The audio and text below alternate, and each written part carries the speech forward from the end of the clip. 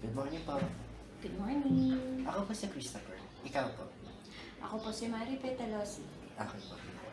Ngayon po, may assignment po kami sa ASP at i-interview ko po kayo sa mga tanong na to. Simula na po tayo. Saan po kayo nagtatrabaho?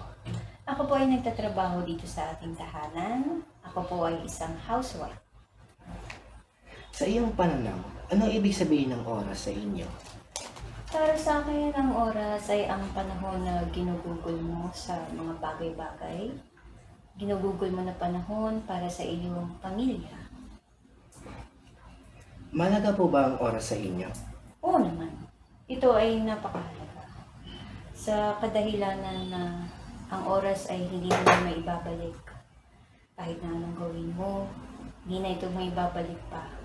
Kapag ang oras ay lumipas na, ito na lamang ay isang history. Hindi mo na mababalikan pa. Ito ay talagang napakalaga kasi kahit na marami kang pera, kahit na makapangyarihang tao ka, hindi ka makaka-produce o hindi ka makakagawa ng panahon. Kaya ito ay talagang napakahalaga.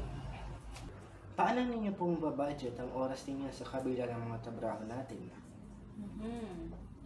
Binabudget ko yung oras ko sa paghahati-hati ng mga gawain sa pang-araw-araw.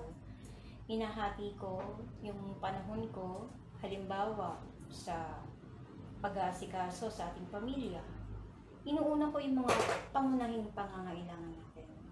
Halimbawa yung pagluluto, mga essential needs natin, unang-una yan. And then, yung mga mabibigat na trabaho, ginagawa ko yan, sisingit ko yan sa mga panahon na kakaunti lang ang aking gagawin. For example, sa isang araw ko, sa tuwing umaga, ang umaga ko ay nakalaan para sa inyo ni Papa.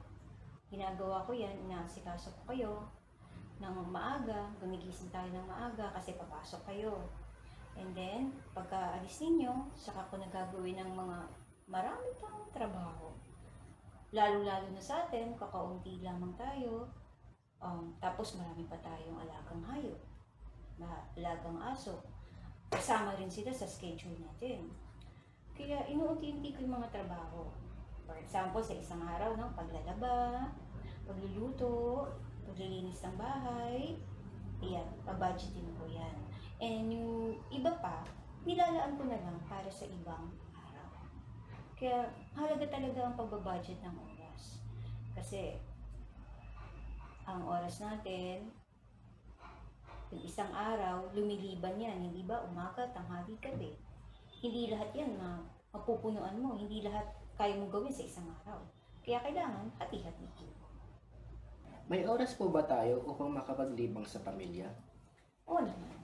Kailangan talaga natin ng oras para makapaglibang. Kami ni Papa, naglalaan kami ng panahon tuwing weekends or kaya sa weekdays kapag meron tayong libreng oras. Kagaya kunyari, wala kang assignment or kukunti lang ang assignment mo. Pag natapos mo na yung assignment, mag-movie-ton tayo, hindi ba? Kasi kailangan may oras tayo na makapaglibang. Kasi ito na lang yung bonding na magkakasama tayo ni Papa. Lalo na ngayon, lumalaki ka na, nag-iiba na ang iyong kapaligiran, nag-iiba na ang iyong pananaw, lumalawak na ang iyong mundo. Kaya dapat makapaglibang tayo para meron tayong moments na magkakasama, may bonding tayong pamilya. Kaya mahalaga rin sa isang pamilya na may panahon para makapaglibang. Sa pang-araw-araw nating pamumuhay, may mga schedule pa ba tayong sinusunod para sa tamang paggamit ng oras? Oo naman. Kailangan paglaanan natin yung mga gawain natin. Kailangan ini-schedule natin yan. Di ba? Halimbawa, ako na lang sa gawain ko dito sa bahay. Yung pinakamabigat kong ginagawa yung paglalaba. Ini-schedule ko yan. Ginagawa ko yan sa every Tuesday and Thursday. Sa panahon na alam ko na magaan ang trabaho.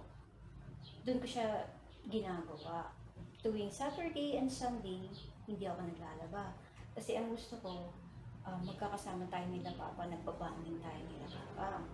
Yung meron man lang tayong ginagawa bilang family, kagaya ng pagsisimba, para yung bonding natin at pagsasama natin, yung mga memories natin, mag-i-stay sa atin. Naiintindihan mo? Okay po. Yun lang po. Maraming salamat po. Maraming salamat, anak.